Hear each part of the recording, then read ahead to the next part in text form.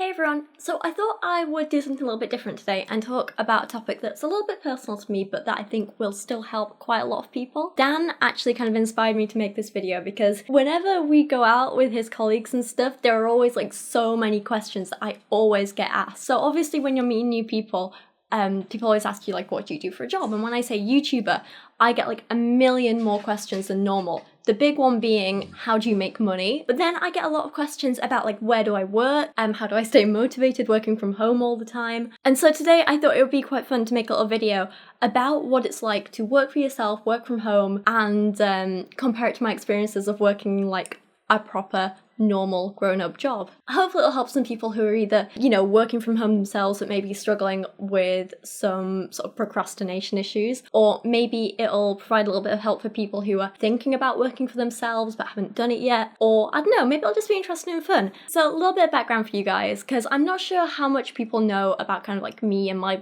work history, I guess you could say. So I'm from a very working class family, from up in South Yorkshire, and my first kind of, I guess you could say like experience of working in a job was actually volunteering in a local charity shop when I was about 14. Then while I was working there, I got offered a job at a local pharmacy, so I stopped volunteering to get paid. I know that sounds horrible, but I was saving up for things. So I got my first job at 14, I was in a pharmacy, I was just doing stuff like stacking shelves and cleaning. Eventually I started helping in the photo lab and like developing photos, and it was a very it was a customer facing job. I was helping people out, I was doing things, but then with the photo lab I got to do the techie side of things, like mixing chemicals and scanning prints. And that was when I kind of like, not first got into photography, but that was when I really like developed my love of it. And I started saving up my money to buy a nice camera and stuff like that. I worked there until I was 18. Between the ages of 16 and 18 as well, I worked a second job as a cashier in my school canteen, which I know sounds really sad. But, I needed the extra money. I was on minimum wage because it's what you expect with those kinds of jobs. I was buying my own food, my own school lunches. I was buying all the stuff I needed for sixth form, books, school trips. Then I wanted to have some kind of social life. I was saving up for uni, saving up to buy a new laptop to go to uni with, that kind of stuff. So I was working 2 jobs while I was studying. Again, they weren't glamorous jobs. They weren't exciting, but they got me money, and you do what you have to. At 18 I went away to uni and I started studying biomedical science at Warwick, but within that first year I realised that wasn't really what I wanted to do with the rest of my life. Like, I love biology, but it's not the career for me. So I switched course to business because I was like, you know what, let's give digital marketing a go. Over the next few years I had a whole host of different jobs. I worked freelance a lot doing bits of photography for people, so like photographing events and balls and parties and club nights and things like that. I even photographed a wedding, and it was a good way to earn a little bit of money on the side, which was nice. I also had other jobs like working in a bar, I worked in a jewellery shop for a while, and then I had my like kind of big jobs and internships as well. So I worked at a company called Folio Albums for a little while. That was horribly boring, no offense. Like, the company is amazing. They make these beautiful bespoke wedding albums working with like professional photographers, and their product is amazing. Making it was so boring. And that was at a time when I was very sad all the time, and I just wasn't in a good headspace, so I didn't enjoy working there at all. But then I got to do some really cool jobs. So I was a marketing intern for the student room for a few months, which meant moving down to Brighton and living with my brother for a while, which was really, really cool. And then when I was 21, I got offered a job as head of marketing for an online book retailer. So I kind of suspended my degree, if that makes sense. I took a year out and I moved to Oxford, and I worked there for about 16 months, which was really cool. I basically got to be my own boss. It taught me a hell of a lot about managing my own workload. It taught me a lot about managing other people, and it was very stressful, but also really, really rewarding. Like, at the end of the week, I could like look at the sales figures and stuff and be like, okay, I made this many tens of thousands of pounds doing this and this many doing this, and like, it was good. You got kind of immediate feedback, if that made sense. But I think the most important thing I got from that is that it taught me a hell of a lot about managing my own time. I was kind of thrown in at the deep end, and it taught me a lot, which was good. After about like 16 months there, I decided to go back and finish my degree, so I went back to uni. And again, I did like crappy jobs there, like working in a bar to earn a bit of money. And then I graduated and we moved to London, me and Dan. And within my first month of looking, I got really lucky finding a job. I ended up working for, I'm not going to name the company, but they make gum and mints. They're quite small, so I don't know if people would know them, especially outside the UK. But I was like their digital marketing person for about a month, but I hated it. It was horrible. Like the main woman who ran the marketing department, she was absolutely lovely. The other guy who worked there was absolutely lovely, but I just didn't like the main boss man who owned the company. I found him really condescending and patronizing. He was a bit rude at times. I just kind of didn't click with him, and his working style wasn't my working style. Like, I'm quite sort of like, I like to manage my own workload in my own time, whereas he's like a total micromanager to the point where he wanted to like spell check everything I ever did, and it got a little bit much for me, and I was like, this isn't the right company for me. So I quit on a whim. The next few months I was a little bit kind of like lost, because I was like, I don't think I want to go into like an office job and work for someone else, but I don't know what I want to do. So I did lots of little like freelance jobs and stuff, and little bits of marketing stuff for other people. And then I started my YouTube channel, and I wasn't really sure what I wanted to do with it. I was doing lots of little random bits. And then I just made a kind of like throwaway video talking a little bit about politics, and that got a little bit of attention. And then I made another one talking about like atheism stuff, and that got a little bit of attention. Things just kind of took off when Godless Cranium found my channel, so I decided to give YouTube a go. And here I am. So now it's like a year on from me kind of taking my channel seriously, and I've got, like 67,000 subscribers or something insane like that, which I never expected. And this is what I do for a living. This is how I make my money.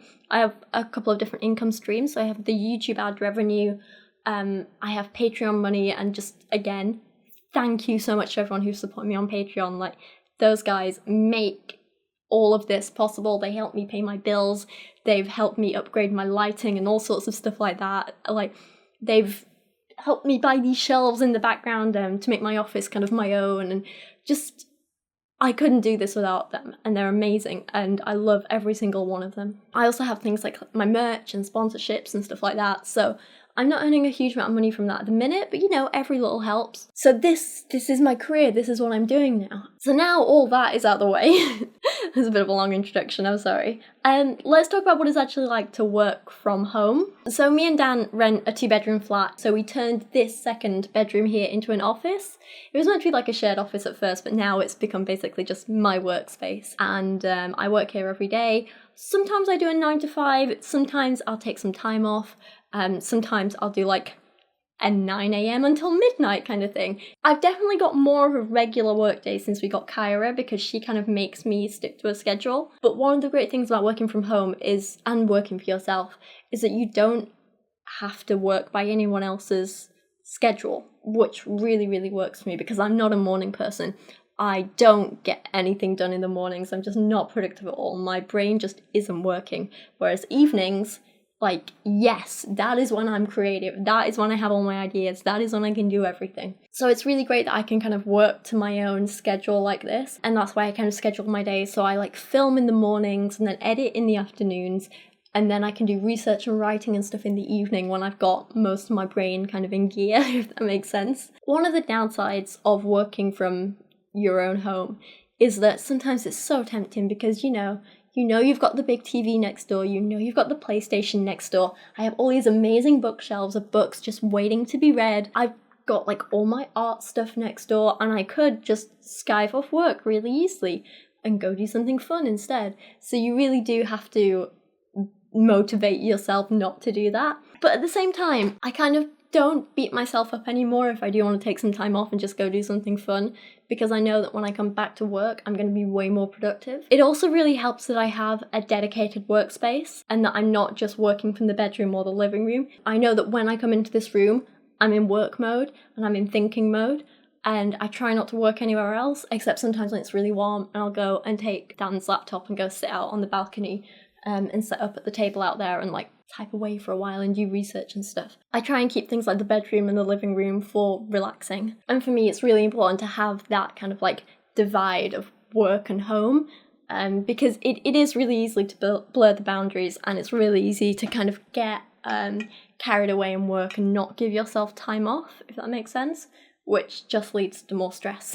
One thing I do love about working for myself is that I am able to take time off whenever I need. So like it's my brother's birthday in a couple of weeks, so I'm planning to just go down to Brighton for the day and visit him for his birthday because I can do that. I don't have to ask anyone, which is really great. Or I can hop on the DLR and go to Canary Wharf and go have lunch with Dan if I want, or I can go take Kyra to the park for an hour if I need a break, or I can go out and grab lunch with a friend or something like that.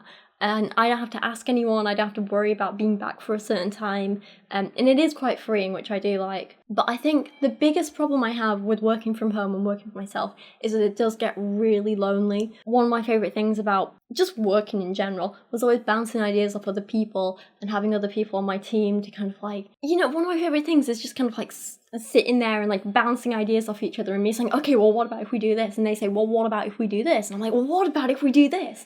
That's where all my best ideas have come from in the past, and now I don't have that. It's kind of just me, myself, and I'm not always a good gauge of like what's going to work and what isn't going to work without another person to bounce my ideas off. Dan tries where he can, obviously, and like when he comes home in the evening, I'll try and bounce some ideas off him, but this isn't his area, it's not his field, it's not his job, so he doesn't always know what to suggest or whatever, and which is not his fault at all. It's not the same. And also, like I say, it does get really lonely kind of stuck here by yourself, day in, day out. Things are getting easier now we have Kyra, because she obviously keeps me company. You've probably heard her pottering around in the background of this video, snuffling and grumbling away. Yeah, things are better since we've got her, because she keeps me company throughout the day. And also, just when we take her to the park and stuff, we see loads of other dogs and their owners who have become like, just, I don't know, pretty good friends of ours, which is really nice. It's always nice to kind of like have a chat for half an hour while the dogs are playing together, which is sweet. And I do enjoy that, and it has made my days a lot more fun. For me, one of probably the best things about working from home and not like having a schedule is that I'm never late for work. One of my biggest like anxieties and fears in life is always like being late for everything, and it caused me so much stress, and I would get so stressed about being late that I would always end up late for things. Work, school, everything. Like back when I was in school, I was usually late in the mornings because one, I'm not a morning person, and two, I didn't want to go to school, so I did everything I could to delay going, to try and like get into class at the very last minute. And then obviously I'd get into trouble for that, and it gave me like insane anxiety about everything. Whenever I had like an appointment for anything, I still get so stressed now about being late for it, and yeah, even if I'm on time, I get like the sick feelings in my tummy, I get the like heavy breathing. I'm not good with working to other people's schedules, which I know is a really stupid thing to say, because it's one of those things where you're like, you have to suck it up and get on with it, right? And for most things, like catching a bus or a train or having a doctor's appointment, I can suck it up and get on with it. But when it comes to work and doing something every day, I kind of always knew that I was never going to be the kind of person who was always on time. It was always going to be one of my big flaws. And the great thing about working for myself is that I'm never late. I don't have a commute in the morning. And if I want to, I can come and start working here in my pajamas if I want. And none of you would ever know, because no one sees me. The only time I have to get dressed is when I'm on camera. And that's the other great thing as well, there's no dress code. So I can wear whatever I want to be comfy and to suit the temperature at the time, because this is a really warm flat. I know I probably said it before, but we are east facing, I think. So in the mornings we get tons of sun, and because we have these huge amazing windows, all the sunlight comes in, all the heat comes in, and then this place ends up like a little sauna for the rest of the day. So it's so warm in here so often. Obviously in the winter it's a little bit cooler, but spring through to autumn, so warm, which means that if I was stuck in a place like this and I had to wear like proper office clothes and like a shirt and little suit and stuff, I would be roasting. But because I work for myself, then I don't have a boss or a dress code, I can wear little vest tops and stuff if I want to keep cool, and I'm just going to say no one complains. Sometimes viewers complain because they're like, oh, you're using your body for views. But most of the time, no one cares because no one sees me. I love that. So there's just a few of kind of like my personal experiences and what I like and don't like about working from home. What I will say, if you're thinking about working for yourself, is to first think about why you want to do it. Is it because you want the freedom, or is it because you're kind of saying, screw you to other people? And also think about what kind of person you are. If you are the kind of person to procrastinate, maybe it's not for you. If you're not the kind of person who can motivate yourself, maybe it's not for you. Because it is very, very easy to be lazy if no one's there kind of watching over you. For me, like, I can procrastinate, and I have been known to procrastinate a lot, but for me the solution was just doing something I love. So I love this job, I love making videos, I love the topics I talk about. So for me, you know, it doesn't feel like work, it feels like fun, it feels like a hobby, which is really nice. So maybe if you are the kind of person who procrastinates but you are sure you want to work for yourself, then maybe the solution is to make sure whatever you're doing you really, really love and you're really, really passionate about. Another bit of advice I'd give if you are working from home and you are worrying about feeling lonely is to make sure you get out of the house as often as possible. Even if it's just little things like popping to the shop for a chocolate bar, and just getting out of the house, making yourself get out of the house is really, really important, because otherwise, if you're like me, you might end up just stuck inside for days at a time and then being like, damn, when was the last time I spoke to another human being that wasn't my boyfriend? I was like that for a long time before we got Kyra, but now she is the reason that I have to leave the house like 4 times a day, and I actually really appreciate her for that. Another bit of advice I give if you're feeling lonely is to, even if you can't get out of the house and speak to people, maybe make an effort to try and speak to people online and get to know the people in your field. Like, I would probably go crazy if it wasn't for Skyping with Thomas and Stephen like once every week or 2 weeks, because those guys like will just sit and Skype for like a couple of hours while we record the podcast, but then we'll also just sit and just have a chat for a few hours as well. And those guys keep me sane and they make me happy. And it really does help me stop feeling so lonely, which I think is really important. And in the same vein, what I would say is, especially for kind of online centered jobs like kind of YouTube and social media stuff, make sure you take time out to go live in the real world as well. It's very easy to get bogged down in what's happening online and to live your life purely online, to have all your socialization come from arguments on Twitter or reading the YouTube comments and things like that. Sometimes you need to just step away from it. If you need to delete the apps for a little bit, make sure you go out there into the real world and meet real people and your real friends and real family and stuff like that. I find it's really important to properly take a break from the internet sometimes, because with a job like this, it's very easy to get sucked into things and it's very easy to get overwhelmed, and you just have to remind yourself to not let that happen. And I guess finally, all I want to end this on is just saying the most important thing is to find what works for you. So what motivates me might not be what motivates you. Just because I get lonely working from home sometimes, it doesn't mean you will. Just because I find it easier sometimes to work in the evenings doesn't mean that'll work for you. You have to figure out what's best for you, and part of that is just knowing and understanding yourself and what motivates you, what makes you tick, that sort of stuff. Yeah, it's like anything in life, you know, you're not going to be successful in anything unless you know and understand yourself. Like a relationship, you're not going to have a good relationship unless you're happy in yourself. You're not going to be able to like work for yourself and have a great successful career unless you understand who you are and how you're motivated and how you work and so on, you know. It's understanding yourself is really, really important. And I think it's one of those things that a lot of people kind of not try and overlook, but maybe accidentally overlook, because they think they need to be working towards this job or doing this or these milestones and blah, blah, blah. And it's like, before you can get to any of that, you just need to spend time on yourself, you know, and figure out who you are and make yourself the best person you can be. That said, you know, self-improvement and stuff is a constant ongoing thing. I'm still trying to work on being a better person and doing things better. I'm a completely different person to who I was even a year ago, never mind like 5 years ago when I was 20. Oh god, I'm old. Yeah, even looking back, I hate the person I was at like 18, 19 compared to who I am today. That's okay, because it's all part of self-improvement. And I don't think I would have been able to do this job when I was 18, 19, maybe even like 22. I don't think I would have been able to do it because I wouldn't have been strong enough, I wouldn't have been motivated enough, I wasn't in an emotionally stable enough place, and lots of different things. Whereas now, it's the right time for me, and I can do this, and I love it. Anyway, sorry if this was a really rambly video. I just kind of like wanted to turn on the camera and talk about some stuff and my life and my experiences, and hopefully it'll help some other people. I don't know, we'll see. But thank you so much for watching and listening to me ramble today. You guys are amazing. I appreciate you so, so much, and hopefully I'll see you again soon. Thank you so much for watching today. A huge thank you goes out to everyone supporting me on Patreon this month, including Gambit and the Chauffeur, Deshawn, Mark Darner, Christian Berg, Rachel B. Royer, Jaden Shepherd, Pixelated Skeptic, Jaylee Moore, Religion's BS, Sir Michael Moore, Matthew Minamar, Sage Villarreal, and Greg Glad. Don't forget to check out all my merch available over on Teespring, and subscribe to my channel if you want to see more from me in the future. Thanks a lot, guys.